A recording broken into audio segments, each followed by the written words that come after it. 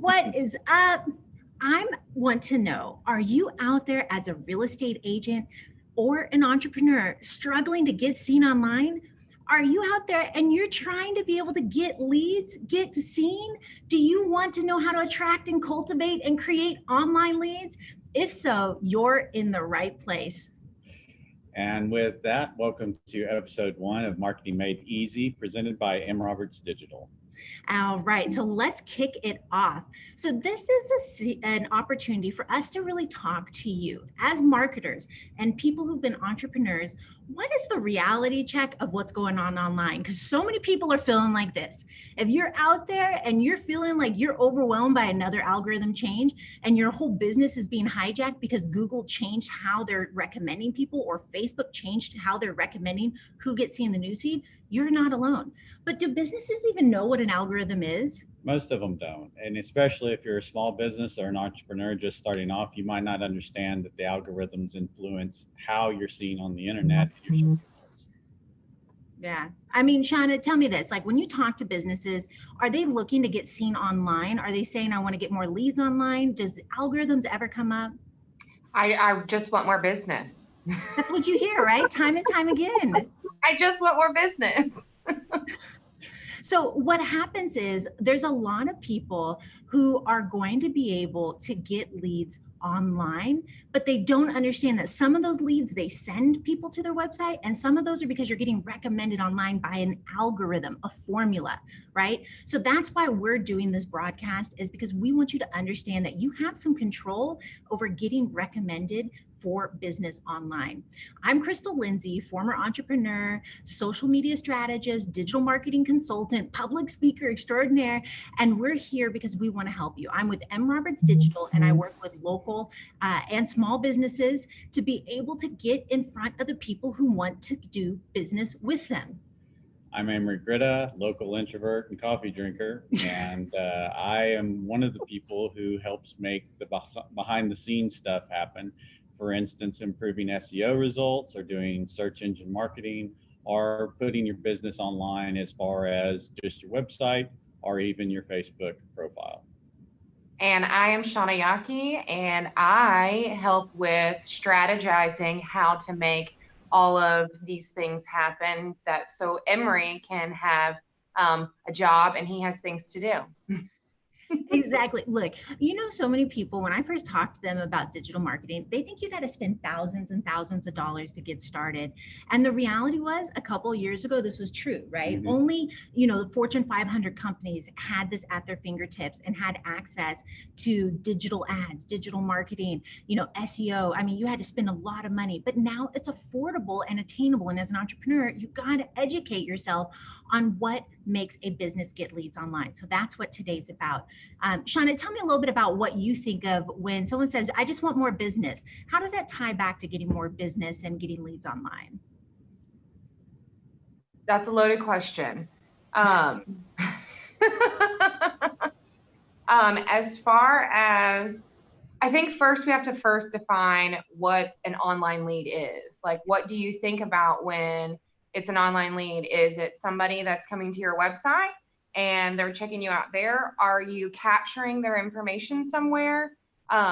So first and foremost with the client, that's what you need to make sure that you understand is, are they wanting somebody to give them information? Are they considering that a lead? Or is it just somebody that's coming and consuming your content? Is that considered a lead? And specifically, do you have lead capture set up so you can get a lead? How many times do you talk to a client who says, I just want more business, I want to get bridal leads or whatever it is, and you say, okay, great, I went to your website, there's not a bridal page and there's nowhere to collect information. How are you getting bridal leads, right? Exactly. And I think it's important to understand as well, when we talk about getting leads online, that you also have to develop the local advertising, as well as it's important not just in the role of getting those leads, but in how you're generating those leads, because a lot of people think of the internet as being this huge big thing that they have no chance of competing against the big boys, like Crystal said about spending thousands of dollars, when honestly you're just trying to get your local market to walk through your door. So how are you generating those leads in comparison to the form online, or how are you getting people to get your word of mouth online, social media, and so on. This is so good. I mean, that really takes us right here. You know, when you talk about, I want to get more business. I need more business, right, Shawna? That's what you're saying. You're here. So when you say that, it's like, well, what's a big win? Sometimes I ask clients that, and I say, okay, you want more business. What would be a big win for your company? And they kind of look at me awestruck, like, you expect me to be able to answer that. So there's no clear goals or specific strategies to be able to get there. And they don't know how many people, therefore they need to back into that number. But let's ask this, kind of unpacking that. How many people do you need to come to your website in order to get more business? Right.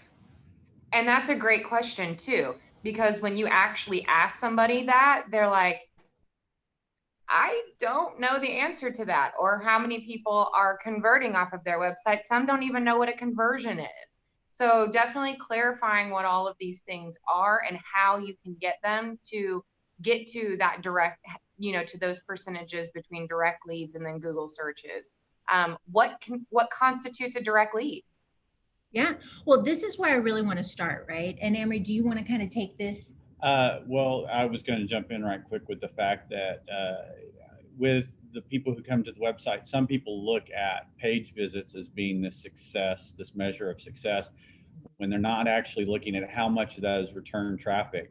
I know from owning my own website that I was really excited to see one month that I had a bunch of return traffic, when really all it turned out to be is one person on a page, like hitting refresh because they were looking to see who was commenting on something that they had posted.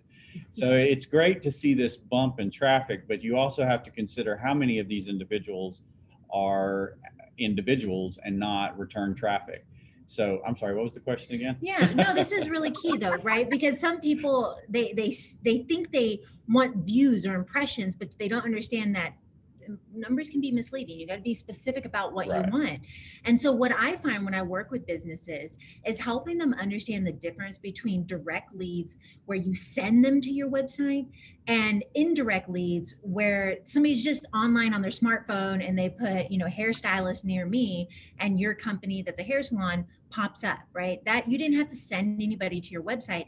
I call that an indirect lead or a Google search. How many do you think a business needs to be able to be successful? In these instances, a lot of times it depends on what the business category is. I mean, for instance, somebody who is a local auto dealer is going to be able to generate one person coming to their website that actually converts. Yeah. So if it's only 10% of the people who visit their site, that's a great number. Yeah. Whereas if you're a business that deals in, say,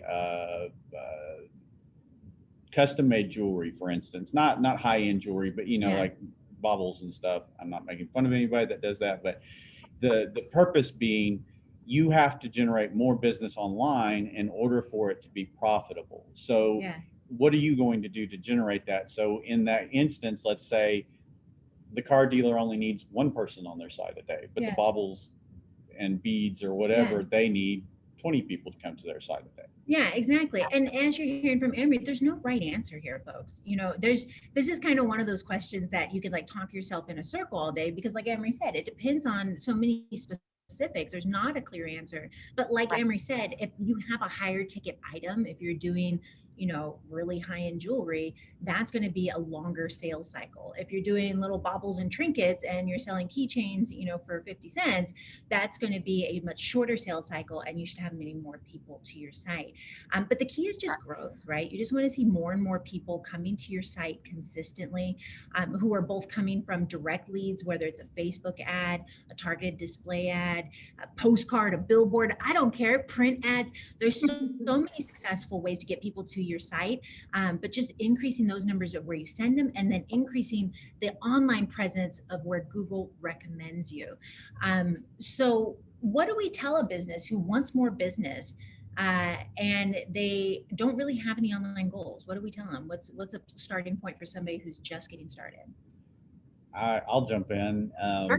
If you're looking, like if you're a smaller business entrepreneur and you're looking for brand recognition, there's so many ways to go about that. But what is it that you're looking to be recognized as a brand? So is it like you're the wild and crazy guy who has the crazy sales, like, the extrovert? And so for somebody like that, you want to be associated with your product for those videos. So you might have that direct correlation link.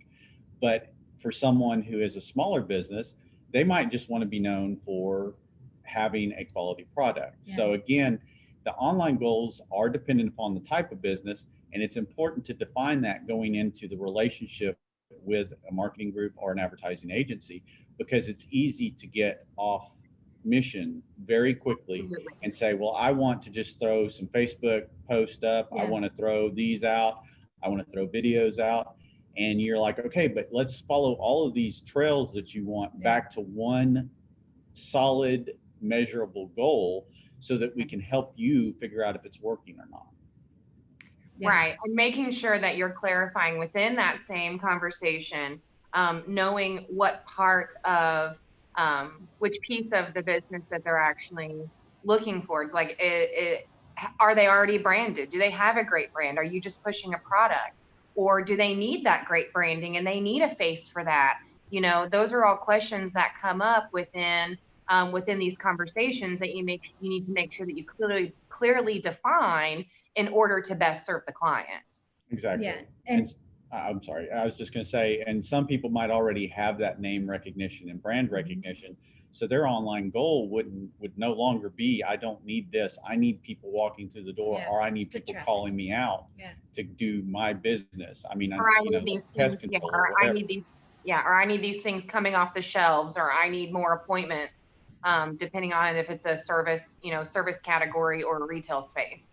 So yeah, exactly. And we discovered this, as marketing professionals, we discovered this through a growth opportunity analysis, really sitting down with a business owner and saying, okay, you want to grow your business. What are you doing already to grow your business? Right. And they say, well, I get all I'm a real estate agent. I get all my business from this networking group I'm part of. Well, that's great. Mm-hmm. What are you doing to promote yourself within that networking group? Or, oh, well, I'm a tire shop, but I get all this insurance business and that's where I'm really looking to grow my business. Okay, awesome. Do you have anything else you want to focus on, or do you want to really grow the number of insurance people who are bringing their cars to you? So I think that's the biggest misnomer is when people think about marketing online, they think they have to come up with something new and fresh and exciting.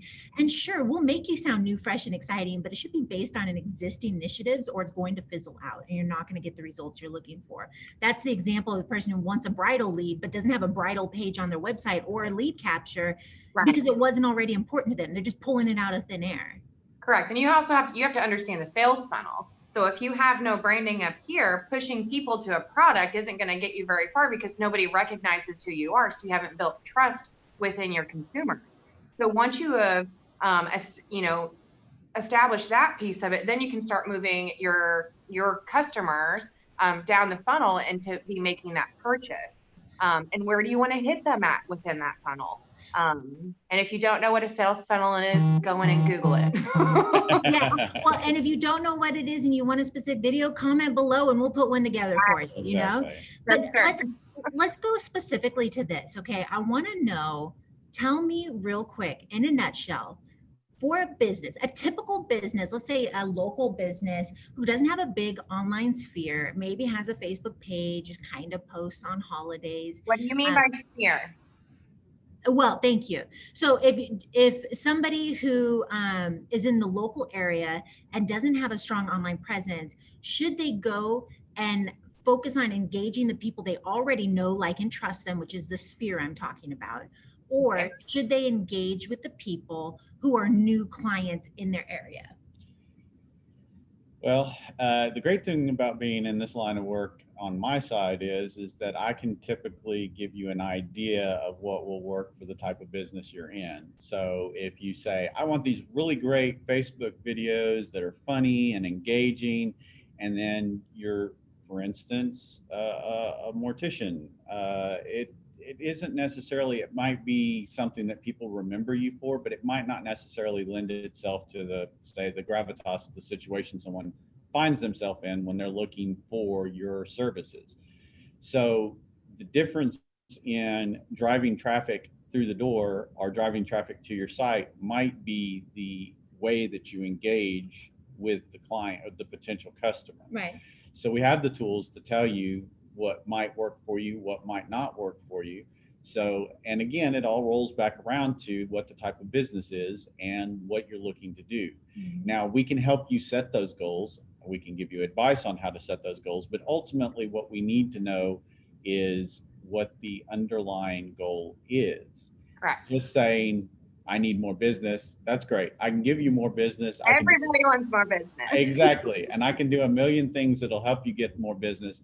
But if you're trying to do something on getting away from the thousands of dollars that you think that you need to spend to be on online, we can help you focus that. And Yes. I have no idea if I've answered your question or not. Yeah, so it sounds like the answer is it depends on what your goal is, right? And so, Shawna, what would you say to somebody who says their local business, again, they don't have a big online, presence, they don't have a lot of followers on Facebook, they're not doing any real marketing, they have a website. Would you recommend that they start engaging the people who kind of know, like, and trust them, or would you recommend that they go after new clients in their neighborhood? A little bit of both, actually. So I would definitely re-engage those that are already following them and that like them, and making sure that they're keeping those people happy. But at the same time, you're never going to grow unless you try to extend, what you're currently doing. So, for example, there's a medical practice I'm working with currently. They've been in the market for a really long time. They've got a great following. But they want to grow. They are, they're not stagnant. They're still, they have a little bit of growth year over year, but they really want to start like kicking that in the butt and really pulling that up.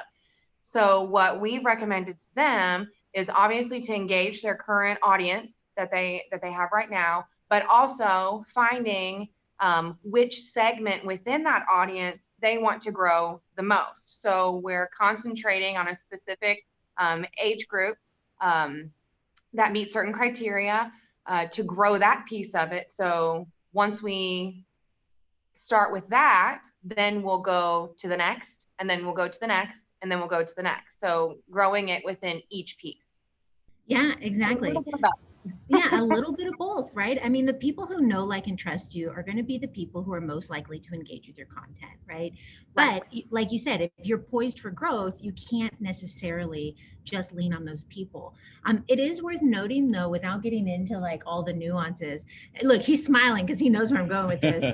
We are so excited that we have a specific marketing opportunity where we can actually deliver ads to the exact people in your database, not just like to kind of the people or like about the people who might be interested in your product or service.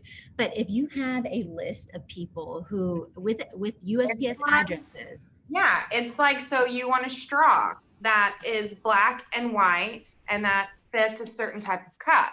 You can search that on Amazon, right? And you can find whatever that straw is, and you can order however many it is that you want. It's easy to find. Well, like what you and Amory are talking about, it's the same kind of thing. A client wants a certain type of person, or in my case, that segment that I was speaking of. And so we can pinpoint that person and serve ads directly to them. So we're not wasting advertising dollars. So instead of what you've touched on it earlier today, Crystal, is people think that they have to have these huge astronomical budgets to be able to meet and find their person. But where, technology has changed and is now so much more, it works way better, right? That we can find that specific person and only serve to that person. Because what am I going to do with a big fat straw that's pink and orange when I want the skinny one that's black and white? I don't want to buy the other one. Don't show me that, because that's not what I searched for. I want the black and white one, the skinny one that fits in my cup. Right. And on top of that, I mean, the reality is the internet has allowed us to become more and more educated consumers, which means we know more specifics of what we want, and we do our online research. Now, what we can do is we use the fact that people are online searching specific key terms, and we could target those people searching those specific key terms. And we can also target exact address list of your clients. So you can actually have the Amazon effect for your business. What do I mean by the Amazon effect? Amazon effect is you start looking on Amazon for a product and suddenly it starts showing up everywhere across it's on your TV even nowadays. So the Amazon effect is a powerful tool for smaller retailers because they can target out that segment down to something as specific as a black and white skinny straw that is exactly 8 inches long, et cetera, et cetera. And suddenly those people who are looking for that product can be targeted with ads, and we have the capacity to do that for a business no matter how large they are or how small they are. So the great thing about that is that you can tell people you're contributing to Big Brother. I mean, no, that's not the great thing about it. No, that is not it. The great news is that you get access without having to be big corporation, right? Exactly. Oh my goodness. So I want to know, as we're wrapping up here, what is something that somebody can do from this video to our next video? Because we're going to do this once a month, folks. So mark your calendar and we're going to let you know when episode 2 is. But what is something they can do to take action based on the information of today, Shawna? I really think that if you can look at of course you want to grow your business, right? But in what specific way do you want to grow that? So really think about that and ponder how, which piece of it specifically that's going to, be the biggest growth opportunity for you, and how you want to see those, those leads and growth, how you want to see it actually measured, whether it be, a list of people who have signed up for your great product that, cuts your own hair. I don't know. But just thinking and making sure that you're trying to hone down on whatever it is that you're trying to grow. So if you jot down something today, then look at it in a couple of days and say, okay, how do I get to this point? Or is this really it? Is this really what makes sense for me? Or should it be a different piece of this? Or is there a different piece to this? There's a lot of different things that you can think about. I think once you write it down, sit on it for a couple of days and then come back and look at it after you've looked at your P&L or any of your other accounting numbers. Statements, yes. That makes sense. And you say, oh, well, I thought that this was really my top seller. I did really well on this, but actually the market is saying something completely different.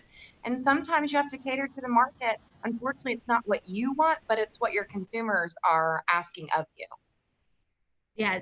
What Shawna's saying is, if we had a magic wand right now and we're going to wave it on your business, what would you ask your fairy godmother for? What were you going to say? I was going to say there's also, we're going to do some self-promotion here.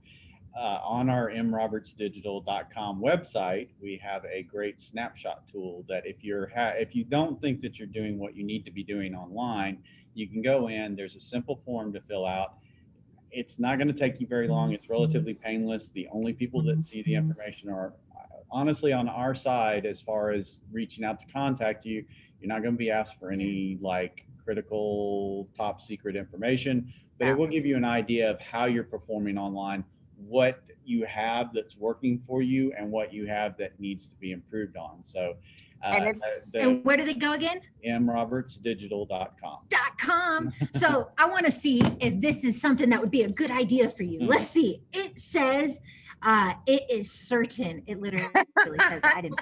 Okay, so it's certain. You need to go there right now and fill it out. And other than that, if you want to get your growth opportunity analysis, reach out to us, comment below, send us an information or help at mrobertsdigital.com, and we'll meet with you complimentary to help you figure out your greatest area of opportunities so we can wave that magic wand from your marketing fairy godmother. I don't know. Look, I'm rolling with it. I mean, I feel like we could make some wings and make this a whole skit and a fun video. You know what I'm saying? So stay tuned for our next video. I'm Crystal Lindsey. I'm Amory Gritta. I'm the fairy marketing godmother. Shawna Yockey, and we'll see you in the next video. Ciao, ciao.